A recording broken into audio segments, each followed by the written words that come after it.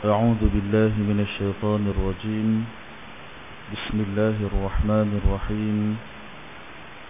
الحمد لله رب العالمين، والصلاة والسلام وأشرف الأنبياء والمرسلين وعلى آله وصحبه أجمعين.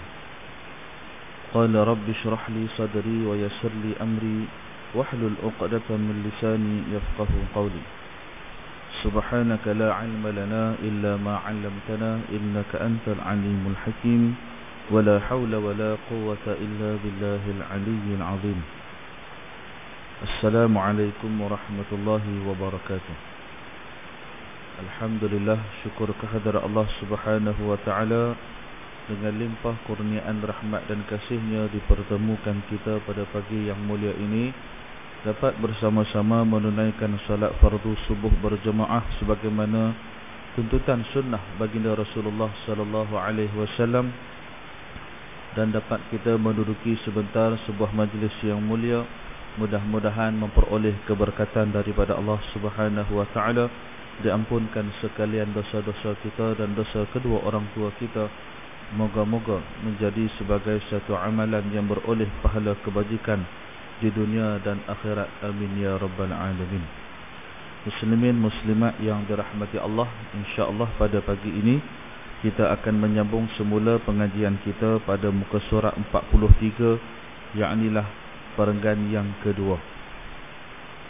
Masih berkenaan dengan fadilah membaca bismillah dan juga akibat daripada tidak membaca bismillah. Bismillah ini bukanlah satu amalan yang wajib, tetapi bismillah ini adalah satu amalan yang mana dianjurkan oleh Islam sebagai satu benteng dan juga pelindung, sebagaimana yang telah kita bahaskan pada kuliah yang lepas, pada hari Isnin yang lepas. Saya dah bahaskan berkenaan dengan kita baca bismillah ni ada 3 benda yang kita nak daripada Allah. Yang pertama, kita nak kebersamaan daripada Allah. Yang kedua, kita nakkan keberkatan daripada Allah. Dan yang ketiga adalah kita nakkan pertolongan Allah.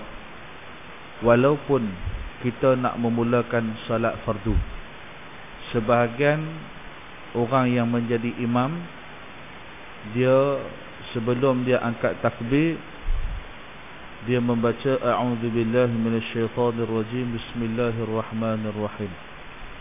Walaupun ada sebahagian daripada asatizah yang mengatakan perbuatan ini bid'ah, tetapi lebih ramai lagi para ulama yang mengharuskan membaca bismillah ketika nak memulakan solat. Dan juga ada sebahagian imam yang nak mengukuhkan lagi niat solat dia itu, dia mengikut seperti mana jalur mazhab Imam Syafi'i, melafazkan niat tersebut secara sir, tak terlalu kuat, tak terlalu perlahan lah. Contoh, kalau tadi sembahyang subuh nak jadi imam, contohnya dia baca dulu salli fardhu subhi rak'ataini imaman lillahi ta'ala. Tujuan dia baca tu bukan dia niat dah, tapi untuk dia memperkukuhkan niat dia tu, supaya bila dia masuk dalam sembahyang dia, dia masuk dalam keadaan dia tinggalkan dunia dia. Itu maksud dia. Bila mana kita duduk dalam ibadah, kita duduk seolah-olah kita telah pun meninggalkan tempat yang kita duduk tadi. Baru kita boleh mendapatkan satu bentuk kenikmatan dan kemanisan dalam sembahyang. Kita hadir di tempat tu, kita hadir dengan jasad dan ruh sekali. Baru kita dapat keseronokan duduk di satu tempat tersebut. Kalau sekadar masuk tetapi tak mengambil apa-apa kebaikan di dalam sesuatu yang kita masuk tu tadi, kita akan keluar dalam keadaan kita tak dapat apa-apa. Contohnya, katalah ada yang jenis suka pergi stadium bola. Pergi stadium bola, ada orang dia tak pegang handphone langsung. Dia daripada awal dia duduk, dia tak pegang handphone, dia duduk tu dia tengok bola. Dia menikmati setiap momen dan setiap sepakan bola. Ada golongan kedua, dia suka merakam pula. Rakam handphone dalam murah. Duduk jauh pula tu, tak tahu apa yang dia rakam. Balik rumah tengok balik, kabur. Ada sebahagian lagi, dia tak tengok bola. Dia tukang sorak. Tukang sorak ni, saya ada kawan yang geng-geng ultras ni. Dia kata sebenarnya tukang sorak ni bukan tengok bola sangat. Dia tukang laung je. Apa yang jadi masa tu, yang tahu masuk gol. Gelecek tak gelecek, pemain mana satu kadang-kadang tak perasan pun. Sebab dia memfokuskan kerja dia untuk menghiburkan orang. Geng-geng ultras ni. Kadang mereka tak tengok pun. Ada sebahagian tu lagi dahsyat. Kalau perasan, yang buka bendera besar-besar dekat stadium, dia panggil human flag. Kawan ni pegang hujung ni, kawan ni hujung ni. Panjang dia punya bendera kadang 40-50 meter panjang.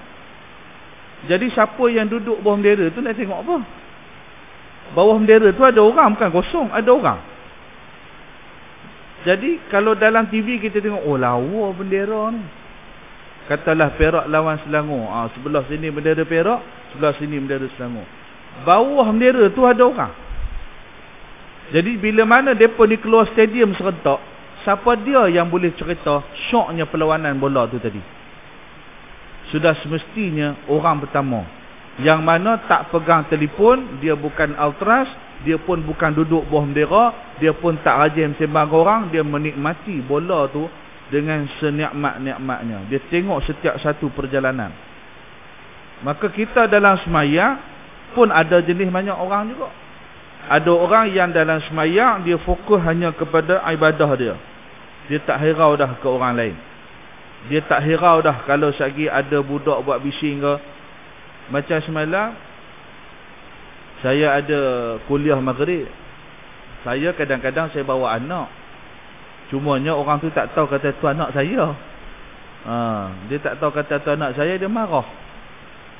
Dia marah, iyalah budak 3 tahun. Kita expect bawa dia ke masjid, ke surau ni. Kita bukan nak expect dia pegang rehan mengaji kita.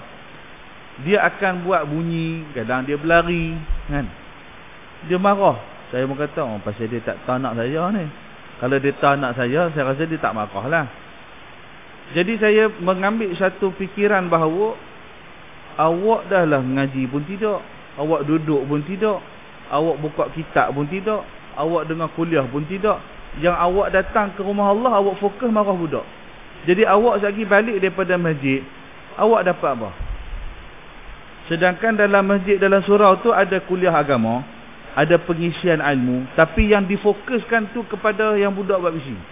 Padahal bising dia tu, dia seorang, jangan rasa terganggu. Orang lain elok macam ni. Orang lain elok dia main tanda seorang.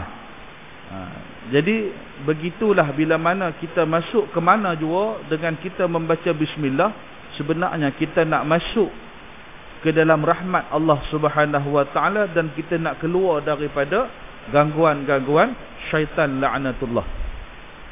Maka apabila meninggal ia akan mengucap bismillah.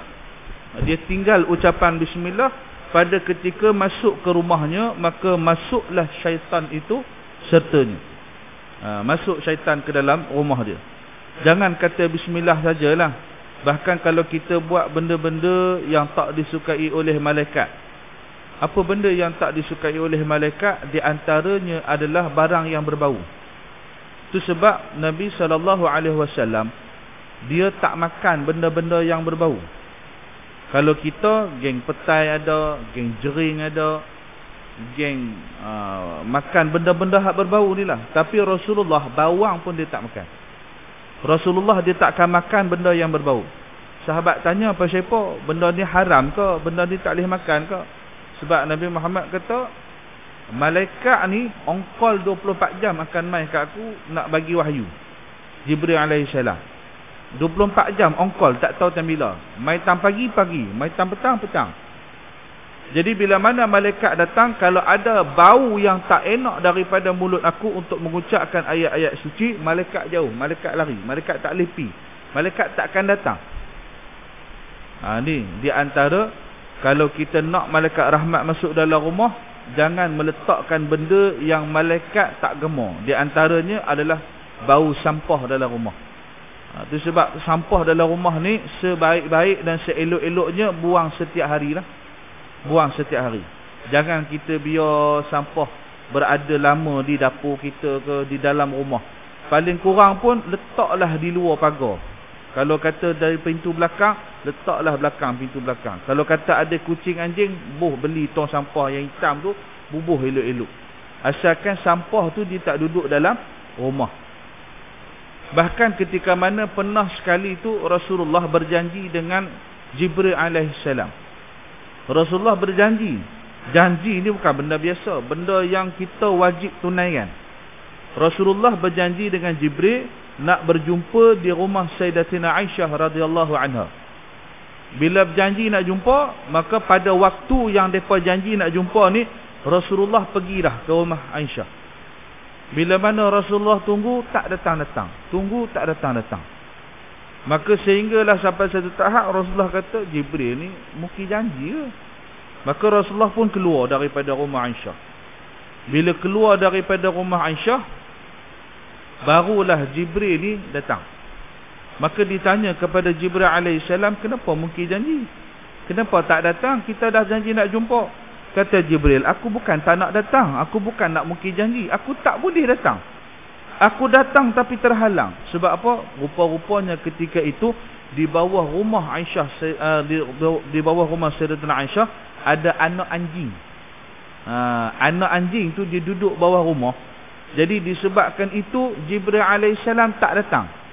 Maknanya benda yang malaikat tak suka ni, jangankan dalam rumah, di sekeliling rumah kita pun jangan ada. Maka dengan amalan yang sedemikian boleh mencegah malaikat daripada masuk rumah. Kita nak cegah syaitan, tapi dengan malaikat pun tak masuk dalam rumah. Maka dengan asbab baca bismillah, kita masuk dalam rumah kita yang tak seberapa. Tak seberapa tu bukan kata tak seberapa dari sudut dunianya, tak seberapa dari sudut akhiratnya. Maksud tak seberapa dari sudut akhirat ni, antara kelemahan kita sebagai orang Melayu. Jangankan kita lah, saya sendiri. Di rumah kita ni tak ada satu ruangan, mungkin tuan-tuan ada lah, tapi secara peribadi saya tak ada. Saya tak dapat nak buat lagi. Pasal bukan rumah sendiri. Dan juga dalam rumah tu banyak barang pusaka, jadi banyak perkara yang menghalang saya nak buat. Tapi afdalnya adalah kita dalam rumah ni, kita menyediakan satu ruangan dan satu tempat khas. Kita masuk ke situ, kita rasa lain daripada yang lain, iaitulah tempat kita beribadah. Kalau siapa yang ada kemampuan, dia ada duit lebih, pecahlah rumah tu sikit, pasang bata, buat satu ruangan. Tak payah besar, tak apa, dia satu ruangan cukup 2 orang duduk, tak apa dah. Buat satu ruangan, tempat tu lain daripada yang lain.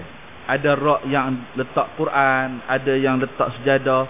Saya pun azam dah, bercita-cita insya-Allah Allah bagi rasa lebih dari sudut kewangan, dari sudut kemampuan, saya pun bercita-cita nak buat juga.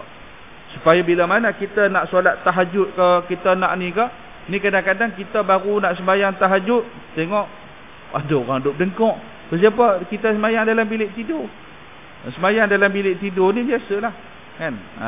Bahkan Rasulullah sendiri pun tak adalah sampai tahap dalam rumah Rasulullah ni ada tempat ibadah yang khas, tak. Sebab kita baca dalam hadis, bila mana Rasulullah sembahyang, isteri Rasulullah boleh nampak kaki Rasulullah bengkak.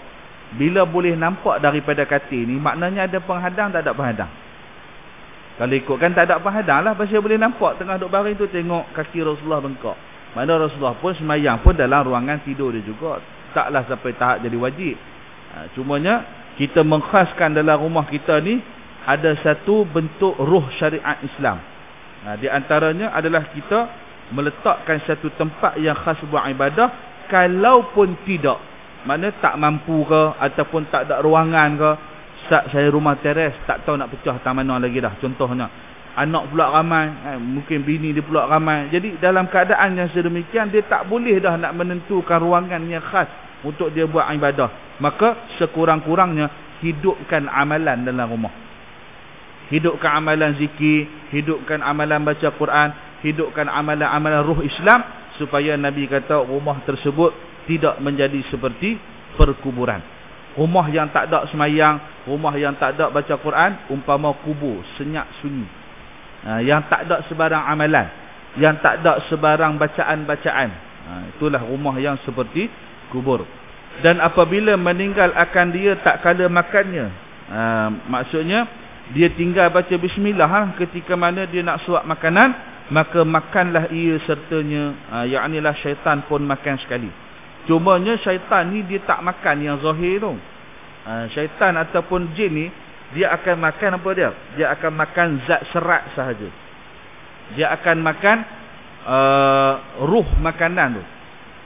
Contohnya perasan, kalau orang yang rumah dia ada gangguan kuat, dia punya nasi tu cepat basi. Pernah dengar? Nasi di rumah dia, lauk di rumah dia cepat basi. Pasal apa dia jadi gitu? Pasal lauk dan nasi di rumah dia tu, zat yang ada ataupun khasiat yang ada dalam makanan tu telah disedut oleh jin.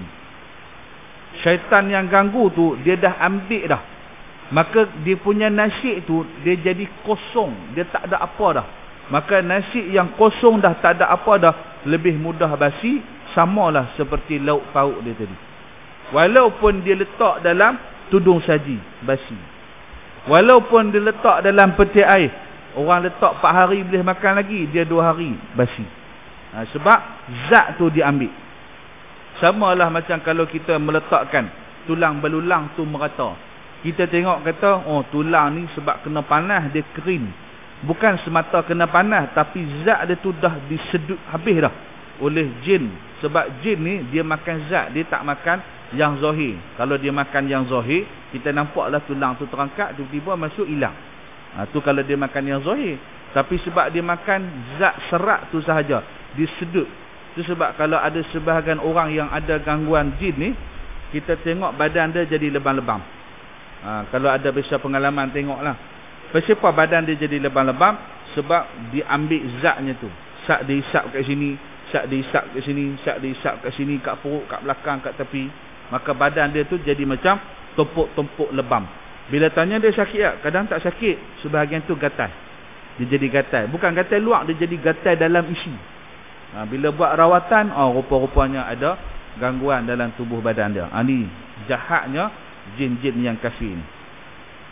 Dan demikian lagi, tak kala minum, menghantar syaitan akan mulutnya. Syaitan ni duduk dekat tepi perigi cawan tu. Tepi apa nama ni, tempat kita minum tu, dia letak mulut dia sama pada tempat minuman itu. Dan demikianlah lagi, tak kala hendak jima' akan ahlinya. Akan ahlinya ini adalah keluarga ataupun isteri ataupun suami.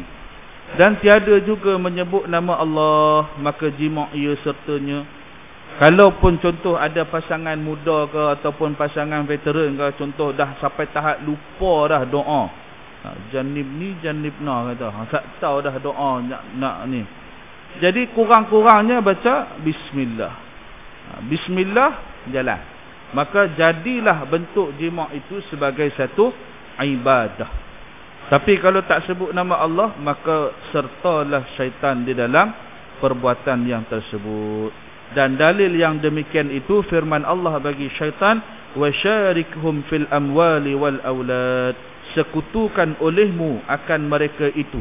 Ya'nilah wasyarikhum, dan orang yang menyekutukan Allah, ya'nilah mereka yang tak menyebut nama Allah itu pada hartanya, pada makan minumnya, fil amwali. Fil amwali ni makna kata pada harta bendanya, wal auladi, dan juga pada anak beranaknya. Maka jadilah kanak-kanak itu, kata pengarang, cedera akalnya, setengahnya jadi gila, dan setengahnya jadi bodoh, bingung dan fasik, dan setengahnya jadi kafir, dan setengahnya buta matanya, dan yang lainnya. Maka itulah bekas syaitan. Itu sebab kami dulu pernah lah, masa zaman mengaji dulu, duk melawak kasak lah. Melawak kasak, tuan-tuan jangan duk buat lah kan. Tak tahu lah tuan-tuan pernah buat ke apa. Kadang tu bila berjumpa dengan jenis member perangai haflah jingga teruk sungguh ni, kadang kita kata apa, ni mak puak hang buat, hang tak baca bismillah. Kita melawak dulu. Tapi sebenarnya melawak tu dia ada isi ke pasal kita orang mengaji. Bila kita orang mengaji, kita tahu kata anak yang lahir daripada ibu dan ayah yang bersama tanpa membaca bismillah, di antaranya lagi adalah anak yang terlalu degil sungguh. Degil sungguh. Mak ayah rajin pergi surau, mengaji, semayang, elok apa semua. Tapi hak ni degil sungguh. Tapi bila kenang balik, rupanya dia ni lahir daripada persetubuhan yang dilakukan ketika waktu azan. Apa makna dia? Ketika waktu azan, dua asyhadu an la ilaha illallah. Duk jimak mak ayah dia. Tak menghormati azan. Walaupun pada hukum fiqh, kalau kita mengaji dalam hukum fiqh, berjimak masa azan ni dia tak haram. Dia tak sampai dia jadi berdosa pula. Dan tak pula memaksa untuk berhenti serta-merta pada semua jenis pasangan. Tak juga. Pasal azan ni, kita cuma sunat saja kita menjawab. Bukan sunat kita bangun, bukan sunat kita duduk, tak. Sunat yang paling afdal dengan azan ni, kita jawab azan. Kalau bersembang, tak ada masalah, tak berdosa. Tengah duk azan, hayya 'alas salah, dia duk bersembang, oi tadi kereta terlanggar batu, tak berdosa bersembang. Cuma dari sudut adab kita dengan azan tersebut. Pasal azan ni dia syiar. Azan ni dia bukan satu bentuk sekadar kita baca dia sahaja, macam kita baca Quran, tak. Azan ni adalah satu bentuk syiar. Syiar ni makna seruan. Bila seruan makna kata ada yang dipanggil. Ada yang dipanggil tu siapa? Siapa yang dipanggil? Yang dipanggil tu kita. Dipanggil oleh siapa? Oleh Allah Ta'ala. Maka kalau dah Allah panggil, kita takkan tak menyahut dengan cara yang beradab. Itu makna dah. Jadi dia ni rupa-rupanya mak ayah dia ketika mana azan tak berhenti sekejap untuk menghormati azan, maka lahirlah anak tersebut sebagai anak yang cukup degil. Tu ujian untuk mak dan ayah dia lah. Wal'iyadzubillah. Di antaranya lagi, kadang-kadang anak tu dia jadi cedera akal. Cedera akal ni kita kena macam terancak akal lah.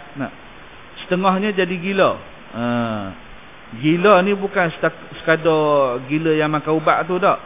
Dia punya perangai dia jadi gila-gila, lain daripada yang lain. Dan setengahnya jadi bodoh, bingung dan fasik. Dia ni jadi masa membesar dia banyak buat masalah. Dan setengahnya jadi kafir, wal'iyadzubillah. Pasal contoh tu sebab kita tengok orang-orang yang mana masa muda dia ni orang yang tak ketahuan lah. Contoh macam dunia artis nak. Dunia artis dan sebagainya, masa muda ni perangai tak ketahuan. Jadi anak pun dibuat dan dilahirkan ketika usia dia muda lah. Tapi bila mana dia dah masuk atas 40-an, dia dah masuk 50-an, dia nak berubah. Dia sampai seruan dah. Bila dia sampai seruan, mak dan ayah dia ni kira jadi orang baik. Tapi anak-anak dia tadi adalah bekas daripada kesan kehidupan jahiliah mak dan ayah dia. Maka kita tak boleh nak expect bahawa mak ayah berubah, anak pun berubah. Tak boleh. Pasal mak dan ayah dia dulu adalah orang yang tak ketahuan, dan anak ni membesar dalam keadaan tak ketahuan mak dan ayah dia. Jadi kalaupun anak tu dapat hidayah, mungkin lebih kurang macam mak ayah dia juga. Iaitulah bila mencapai pada satu usia. Tu kalau akibat daripada berjimak tak baca bismillah. Tak menjadi sebagai wajib, tetapi sebagai satu fadilat sahaja. Maka itulah bekas daripada syaitan. Katanya Ja'far bin Muhammad rahimahullahu ta'ala, duduk syaitan itu atas zakar lelaki. Maka apabila tiada ia berkata bismillah tak kala jimaknya, maka jimaknya syaitan itu sertanya dan keluar maninya seperti lelaki itu. Tu sebab pernah saya handle satu kes hari tu, saya dengan sahabat saya lah, bukan saya seorang. Ada satu kes tu, saya tahu saya cerita ke tak lagi. Dia ni pertamanya ialah kehidupan berniaga sepenuh masa ni, kadang-kadang sempat semayang, tak sempat semayang. Bayangkanlah, kalau dah semayang pun sempat tak sempat. Agak-agak kalau nak berjimak sempat baca bismillah, tak dan lah. Terus ya menonong aja. Makanya ada satu kali tu, tapi alhamdulillah lah beranak elok apa semua dah. Dia masa dia mengandung ni, bulan pertama, bulan kedua, bulan ketiga, bulan keempat, perut dia membesar. Selayaknya orang mengandung lah. Tetapi bila scan ke swasta, scan ke kerajaan, kosong, tak ada. Tapi kantung ada. Kantung ada, uri ada, perut pun kita nampak besar. Mula-mula tu saya ingat kata penyakit busung kot. Mula-mula tu lah. Orang santau kot. Tapi dia kata bukan sakit apa. Memang sebiji alahan dia pun alahan mengandung. Maka bila mana dibuat rawatan, rupa-rupanya ketika anak tu usia sebulan, 2, 3, 4 tu, dalam kandungan tu, jin buat lari. Dia panggil jin arsyid. Jin arsyid ni adalah jin pendamping yang duduk rapat di sebelah. Dan jin arsyid ni pula kalau kata tak tentu amalan orang tersebut, biasa yang mendamping tu adalah jin kafir, bukan jin Islam.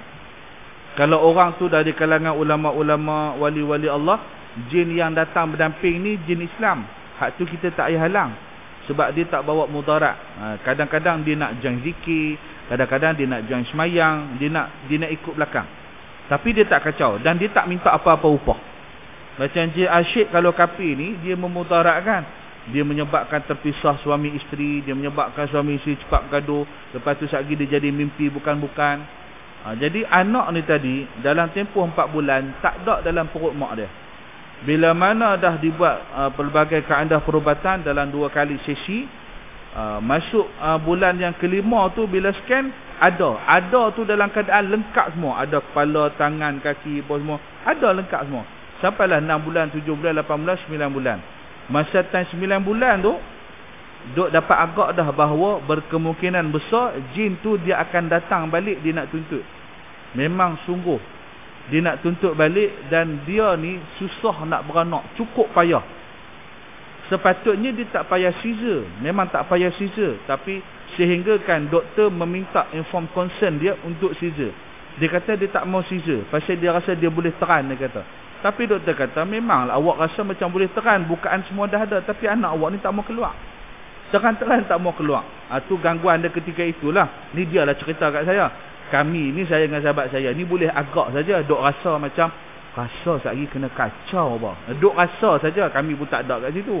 Cumanya bila mana dah habis lepas beranak tu, tanya dia, sulit tak masa nak beranak? Dia kata, Ustaz, cukup payah nak keluar. Dia cerita apa semua. Keluarlah anak tu. Keluar anak tu, alhamdulillah sihat walafiat semua. Saya pun dah tahnik anak tu sihat walafiat. Jadi ketika tersebut, jin tu dia kacau pasal usia 5 bulan, 6, 7, 8, 9 tu, dia seolah-olah dia nak bagi pinjam saja, macam ibu tumpang. Lepas tu dia nak ambil, dia kata tu anak dia. Bila tanya apa siapa awak kata tu anak awak, dia kata dia dah berjimak dengan kawan tu. Time bila? Dia kata time dia berjimak dengan laki dia, time dia duduk tidur aku datangi dia, dia kata. Ketika itu rupa-rupanya perempuan ini, mak ni, dia dah dijimak oleh jin tu berkali-kali, sehingga jin tu dia merasakan anak tu anak dia. Tapi bila dia ruqyah, bila kita scan budak ni, dia bukan anak jin tu. Memang betul-betul anak pada suami dia lah. Mana kata benih tu memang solid benih suami dia, bukan benih jin tu tadi. Cuma jin tu tadi dia perasan saja, dia kata seolah-olah tu macam anak dia. Ni bila mana akibat daripada leka dan lalai. Leka dan lalai ni memang akan diganggu mudah oleh jin dan syaitan, wal'iyadzubillah. Dan diriwayatkan lagi bahawasanya seorang lelaki berkata bagi Ibnu Abbas radhiyallahu anhuma, bahwasanya seorang lelaki berkata pada Ibnu Abbas radhiyallahu anhuma, bahwasanya perempuanku terjaga daripada tidurnya. Dia tengah tidur kemudian dia terjaga, dan faratnya itu seumpama jamu api. Dia rasa panas, dia rasa hangat dekat bahagian kemaluan dia. Maka berkata ia, itulah wati syaitan. Wati ni maksudnya satu bentuk jimak yang tidak halal. Dalam bahasa mudahnya macam rogol. Itu maksud wati. Itulah wati daripada syaitan, satu bentuk perzinaan yang tak mendapat persetujuan salah satu pihak. Itu maksud wati lah. Wati ni zina sebenarnya, tapi lebih banyak pendapat mengatakan wati ni zina yang bermaksud pada memaksa. Itulah wati. Dan apabila hendak engkau jimak akan dia, katalah olehmu akan bismillah. Tu bila mana kita nak berjimak pun rupa-rupanya ada adab dia. Riwayat daripada Ibnu Abbas radhiyallahu anhuma berkata, ia sabda Nabi sallallahu alaihi wasallam, barang siapa yang membaca Bismillahirrahmanirrahim wala haula wala quwwata illa billahil aliyyil azim, maka nescaya Allah memaling akan dia daripada 70 pintu daripada balak dan duka cita dan kesusahan. Bermakna kita nak dilepaskan daripada benda-benda yang kita rasa payah. Kita bila rasa payah, kita kena cari Allah Ta'ala, jangan cari taghut. Taghut, tuan-tuan tahu taghut? Taghut ni adalah satu bentuk pergantungan yang selain daripada Allah, tetapi tidaklah sampai menzahirkan kepada kekafiran. Tetapi pada hakikatnya dia boleh jadi orang kafir. Itu maksud taghut. Taghut ni adalah satu bentuk ajaran atau satu bentuk ikutan yang menyalahi syariat. Kadang-kadang boleh jadi fasik, kadang-kadang boleh jadi kafir. Taghut ini adalah satu bentuk perundangan ataupun satu bentuk kaedah kehidupan daripada syaitan. Di antara orang-orang yang taghut ini adalah, yang pertama sekali adalah golongan Al-Kahin. Golongan Al-Kahin ni adalah golongan bomoh-bomoh. Bukan bomoh tulang, bomoh sendi tu. Hak tu bomoh merawat. Yang mana kalau orang patah tulang, dia perbetil tulang, dia kadang dia baca Quran, hak tu bomoh tulang, hak tu tak haram. Dia bukan semua bomoh ni haram tak. Bomoh yang haram ni adalah bomoh yang ahli sihir. Bomoh yang menggunakan bantuan khadam-khadam jin yang diberi upah. Itu yang kita tak boleh bergaul dengan dia, geng-geng Al-Kahin. Kenapa dia kata taghut? Pasal dalam kaedah dia berubat, dia menggunakan sihir, dia tak menggunakan syariat Allah. Dia tak pakai Al-Quran, dia tak pakai hadis, dia tak baca bismillah. Tapi kadang-kadang kena tengok juga, ada sebahagian tu nampak macam warak sungguh. Nampak macam pakai kopiah, kopiah besar pada kita, kopiah besar kubah. Punya nampak macam warak. Tapi rupa-rupanya dia membaca bismillah tu untuk mengelabui kita. Ayat yang selepas tu bukan ayat Quran dah. Kita pula katalah contoh tak ngapal Quran. Bila tak ngapal Quran, bukan tahu ayat apa dibaca, tapi dengar macam bahasa Arab saja. Nak pula orang Melayu kita. Pantang dengar bahasa Arab nak amin semua. Tu orang Melayu kita nak. Pantang dengar bahasa Arab. Padahal bukan semua bahasa Arab tu perkataan yang baik. Macam bahasa Melayu, kadang kita bercakap, maka begitu jugalah bahasa Arab. Jadi kadang-kadang dia ni menggunakan satu bentuk mantra, yang mana mantra itu dalam bahasa Arab ada. Bukan semata-mata kalau sihir ni dia guna bahasa Thailand lah, bahasa Jawa lah, bahasa Bugis lah. Tak semesti. Kadang guna bahasa Arab. Kita ingat baca Quran, tapi rupanya bukan. Dia menggunakan perantara jin dan syaitan. Di antaranya lagi bagi taghut ini adalah pengamal ataupun pengikut kepada perbuatan sihir. Iaitulah siapa dia? Orang yang berjumpa dengan bomoh. Orang yang minta tolong bantuan daripada bomoh. Bomoh yang sihir tadilah, bukan bomoh tulang tadi tu.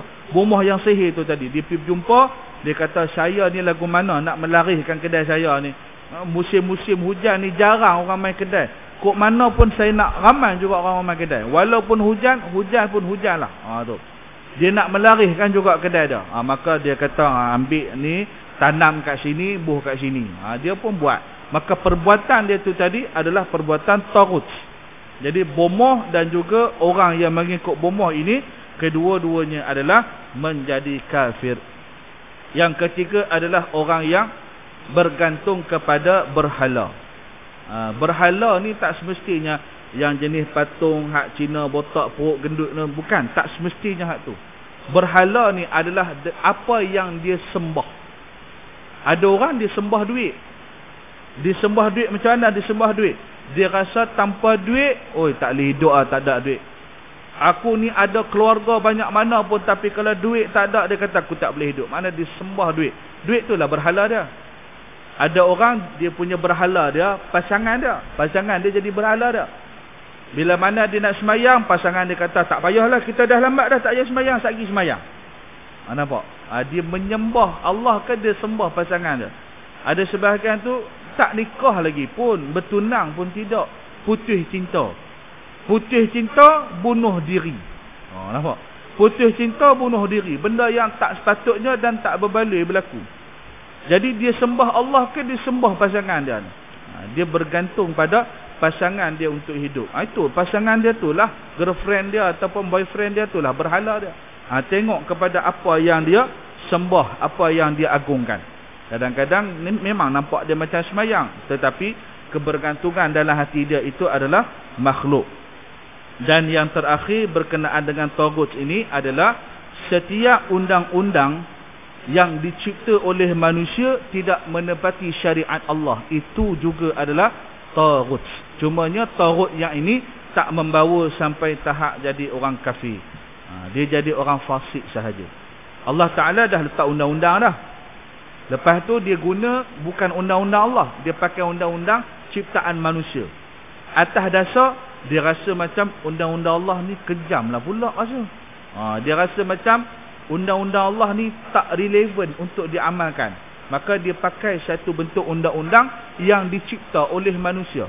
Maka dia juga adalah pengikut-pengikut taghut.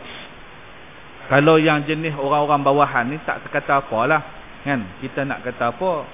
Tara yang duduk atas pun tak boleh nak kata apa, ni duduk bawah ni lagi tak boleh sembang, kadang ikut dan je lah. Tapi pada hakikatnya kena banyak istighfar dan taubat kepada Allah, sebab sebarang bentuk perundangan yang tidak menepati syariat itu juga termasuk di dalam taghut, yaknilah pergantungan selain daripada Allah.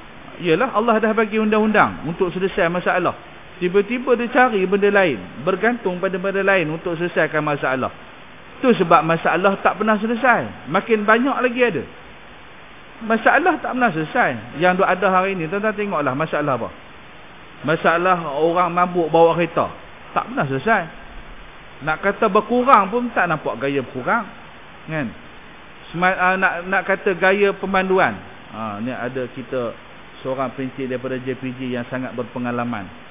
Macam-macam penguatkuasaan yang dijalankan oleh JKA, oleh JPJ, tapi masih tak boleh nak membanteras gejala orang yang bawa lori ni dalam keadaan melulu.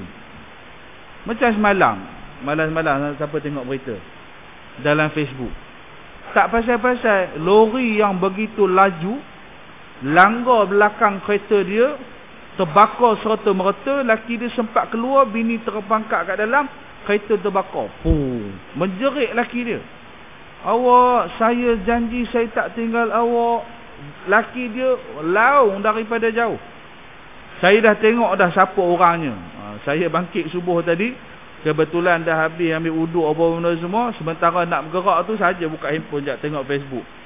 Warislah kakak kepada mangsa tu, dia ada komen juga. Saya pun tengok, oh ini rupanya orang yang terbakar tu baru seminggu balik umrah dengan suami. Bayanglah apa perasaan suami tu. Jadi sebarang perundangan yang ada pada hari ini, bahkan kadang-kadang undang-undang di dalam Jabatan Agama Islam sekalipun, bagaimana kita nak mencegah daripada penceraian yang begini. Sebab apa? Perundangan yang Allah bagi itu tidak diikuti sepenuhnya. Masih lagi dia nak selitkan juga undang-undang manusia. Maka masalah tu Allah takkan pernah bagi selesai. Kalau Allah Ta'ala kata mencuri potong tangan ni, mencuri buat masuk dalam penjara. Besok dalam penjara dia sambung curi lagi.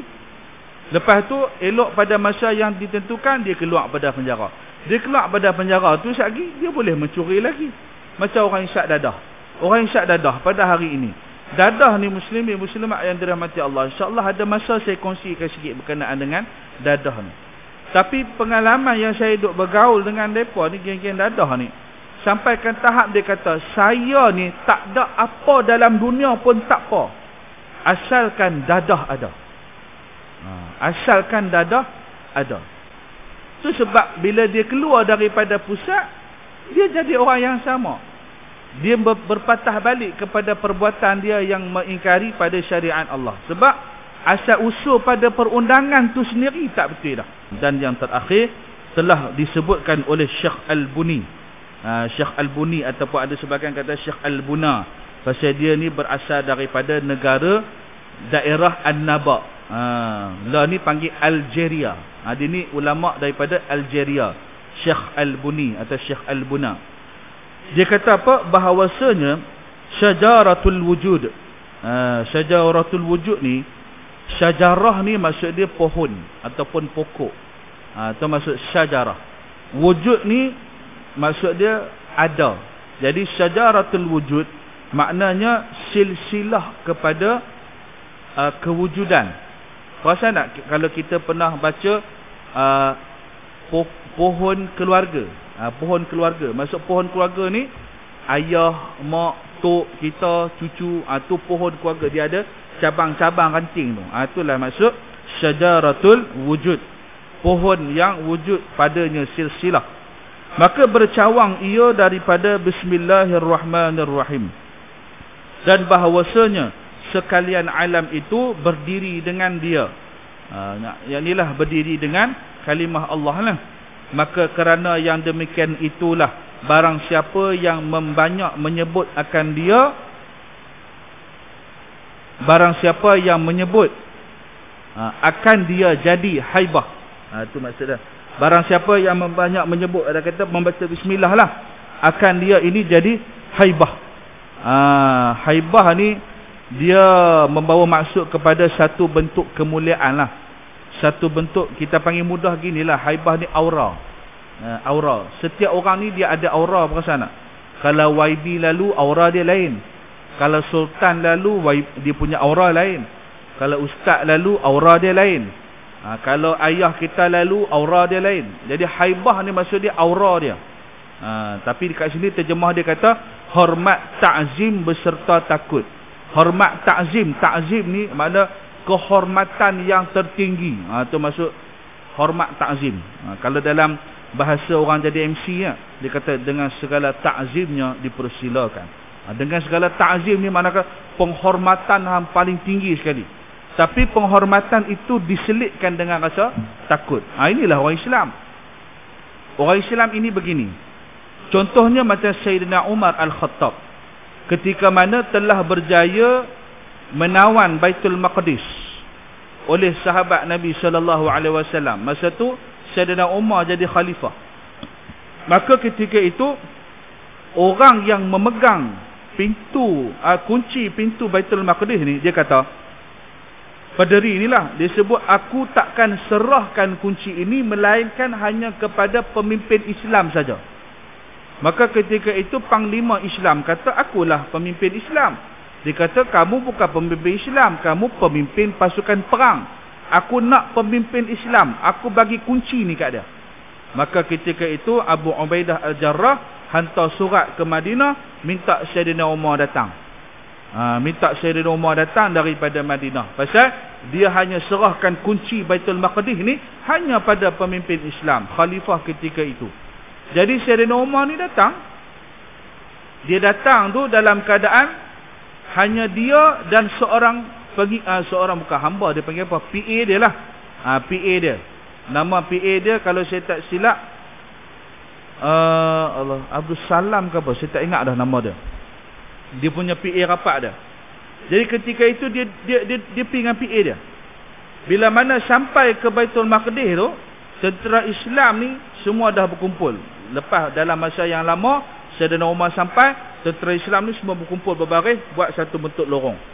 Masa buat satu bentuk lorong ni, orang-orang kafir ni tertunggu-tunggu nak tengok macam mana rupa pemimpin Islam. Tengok-tengok yang lalu tu Sayyidina Umar dengan seorang. Lepas tu dia pun tengok, ini ke pemimpin Islam? Dahlah naik unta seekor. Tentera pengiring tak ada. Escort apa pun tak ada. Pakaian mewah pun tak ada. Dia pun terkejut. Dia pun tengok orang yang duduk atas kuda tu. Biar betul ini pemimpinnya. Maka bila sampai saja Sayyidina Umar, orang yang memegang tu, dia nak sambut daripada atas kuda. Ya, nak sambut pemimpin lah, macam kita lah, buka pintu kereta, keluar kan. Kemudian bila mana dia nak sambut, orang atas kuda ni kata, bukan aku orangnya. Bukan aku. Dia kata. Itu mana pemimpin Islam? Yang bawa tali unta tu, itulah pemimpin Islam. Oi, terkejut dia. Pertama dah lah dia terkejut, datang escort apa pun tak ada. Rupa-rupanya yang kata Khalifah Islam, PA dia duduk atas unta, dia yang bawa tali unta tu dia. Sebab kebetulan giliran dia duduk bawah. Dia pun bergilir-gilir, seorang atas, seorang bawah, seorang atas, seorang bawah, bergilir-gilir. Tapi masa giliran dah nak sampai tu, kebetulan memang giliran PA dia. Dia kata terus lah. dengan keadaan baju penuh lumpur, dengan lecah, dengan pasir, dengan tanah. Dia kata kalau memang beginilah khalifah Islam, patutlah Islam menang. Pasal apa yang kata aku tu? Mendatangkan rasa takzim, satu bentuk penghormatan yang berserta dengan rasa takut. Asbab daripada apa? Ni dia berdiri dengan kalimah Allah. Dia jujur dalam pemerintahan dia. Yang mana hormat ta'zim itu adalah ia pada alam ulwi dan pada alam sufli. Apa maksud alam ulwi? Alam ulwi ni maknanya alam atas. Alam atas ni penduduk langit lah. Penduduk langit ni siapa? Wallahu alam. Sekadar yang saya mengaji, para malaikat. Katanya ada lebih lagi, tapi yang tu kena tanya ustaz lain yang lebih alim lah. Sekadar yang saya tahu, yang penduduk langit ni adalah dari kalangan para malaikat alaihissalam tawassalam. Dan juga pada alam sufli. Alam sufli ni adalah alam bawah. Bukan bawah tanah, bawah kita lah ni kita. Alam bawah langit. Iaitulah penduduk-penduduk bumi. Allah Ta'ala akan meletakkan kepada dia rasa takut. Di antara rasa kehormatan tersebut adalah daripada kadang-kadang dia panggil sebagai Allahumma salli Muhammad, sebagai jamat. Yang gerun kepada dia tu jamat. Jamat ni siapa? Kehidupan yang tidak bernyawa. Contohnya air, batu, kemudian apa lagi? Pasir, tanah, angin, awan. Ni adalah kehidupan yang tidak bernyawa. Dan yang kedua adalah disebut sebagai nami. Nami ni adalah kehidupan yang juga tak bernyawa tetapi hidup. Iaitulah tumbuh-tumbuhan, pepohon-pepohonan akan menghormati dia. Yang ketiga adalah hayawan. Hayawan ni macam biasalah haiwan-haiwan. Kepada binatang-binatang buah, jumpa dengan dia pun binatang buah ni tak terekam dia atas izin Allah Ta'ala. Dan yang kelima daripada al-insan, yaknilah kehidupan yang bernyawa dan berakal, yaknilah manusia. Ada sebagian pendapat kata termasuk jin sekali. Jadi memang ada orang-orang yang sebegini. Di antaranya kalau kita tengok dalam dunia perubatan Islam ruqyah dunia, Syekh Abdul Salam Bali. Syekh Abdul Wahid Salam Bali. Itu nama dia. Dia ni kalau kita jemput orang ruqyah, habis segala jampi atas kepala, ayat kursi baca, qul huwallah baca, tak lari-lari jin. Tapi kalau Syekh Abdul Wahid Salam Bali ni, dia turun pada kenderaan dia batuk lari jin tu keluar. Habis bertempiaran lari jin tersebut. Contohnya lagi pada zaman Imam Abu Hanifah. Imam Abu Hanifah ni seorang ulama besar dekat Iraq. Ada orang istana yang kerasukan. Ni dalam cerita-cerita orang pondok, famous lah cerita ni. Dalam keadaan kerasukan tu, habis segala doktor, habis segala perubatan panggil dah. Last sekali orang istana ni cadang kata, apa kata kita panggil Imam Abu Hanifah. Dia ni pun berbisa juga, Imam Abu Hanifah ni. Jadi mereka pun tak apalah, raja hantar utusan panggil Imam Abu Hanifah. Imam Abu Hanifah bila mana jumpa dengan utusan raja ni, dia kata apa? Kalau nakkan khidmat aku, datang sini. Ni dia kata, aku sibuk. Kalau nak, datang sini. Kalau kita dijemput ke istana, datang tak datang? Jangan kata tuan-tuan lah, saya sendiri pun, kalau datang surat daripada istana, confirm datangnya. Yang panggil tu Sultan. Walaupun Sultan Perak belum agung kan, panggil Sultan Perak. Sultan Perak pun Perak lah, pergi menghadap. Yang pertama ni sebab tak pernah masuk istana, teruja juga nak tengok istana lah ke mana kan? Jadi dia ni Imam Abu Hanifah tak mau masuk. Dia kata kalau nak mari sini. Pening ni. Kepada orang yang jadi utusan ni, dia kata apa aku nak jawab kat raja ni. Pergilah. Pergi ke raja. Imam Abu Hanifah kata kalau nak khidmat dia datang. Raja pun marah. Raja kena datang tempat hamba pula. Maka ketika itu kamu pergi suruh lagi sekali. Bawa orang lebih sikit. Kena-kena nak bagi takut lah. Bawa orang lebih sikit. Pergi kali kedua, Imam Abu Hanifah marah. Dia kata, kalau nak jumpa aku, mari sini. Tak apa beginilah. Kalau dah terdesak sangat, dia kata, nak ambil selipar aku. Ambil selipar aku. Selipar Imam Abu Hanifah. Selipar Imam Abu Hanifah ni pun dibawa lah. Maka lagi peninglah utusan apa aku nak jawab dengan raja ni. Arahan dia adalah ambil selipar ni, hayun dekat kepala orang yang kena rasuk ni. Cakap dekat situ, kamu keluar daripada badan perempuan ini. Kalau tidak, aku pukul kamu dengan selipar Imam Abu Hanifah. Disuruh kata begitu. Dan dia kata, yang buat ni mesti raja tu. Raja tu yang kena hayun. Raja kena pegang selipar Imam Abu Hanifah. Ni dahsyat, ni kisah benar. Ini kata orang yang ada ta'zim di alam ulwi dan alam sufli. Jadi ketika itu raja pun kata, tak apalah, aku ikut pi lah, kata, malas fikir banyak. Dia pun angkat selipar dia. Bila angkat-angkat ni, orang semua terkejut tengok. Selipar Imam Abu Hanifah atas daripada mahkota raja. Pakai mahkota, serban besar mahkota raja. Imam Abu Hanifah punya selipar atas pada raja. Nak membayangkan bahawa kemuliaan yang Allah bagi pada Imam Abu Hanifah. Bila dia kata, kamu keluar daripada badan perempuan ini, kalau tidak aku pukul kamu dengan selipar Imam Abu Hanifah. Keluar jin tu, sembuh perempuan tu tadi. Nampak dalam kitab cerita, nampak asap hitam keluar daripada badan perempuan yang tersebut. Tu baru selipar. Bayangkan Imam Abu Hanifah pergi sendiri. Habis lari seluruh jin daripada Baghdad. Tu adalah orang yang diberikan ta'zim daripada Allah. Macam Rasulullah SAW lagi hebat, lagi dahsyatlah. Ketika mana Rasulullah nak buang air kecil, nak terkencing, dalam riwayat sebut Rasulullah tengok kawasan tu lapang. Kawasan tu tak ada orang. Kawasan tu tak ada apa yang menghalang. Jadi segan kalau orang tengok. Maka ketika itu pokok-pokok yang ada di sekeliling tu semuanya berjalan.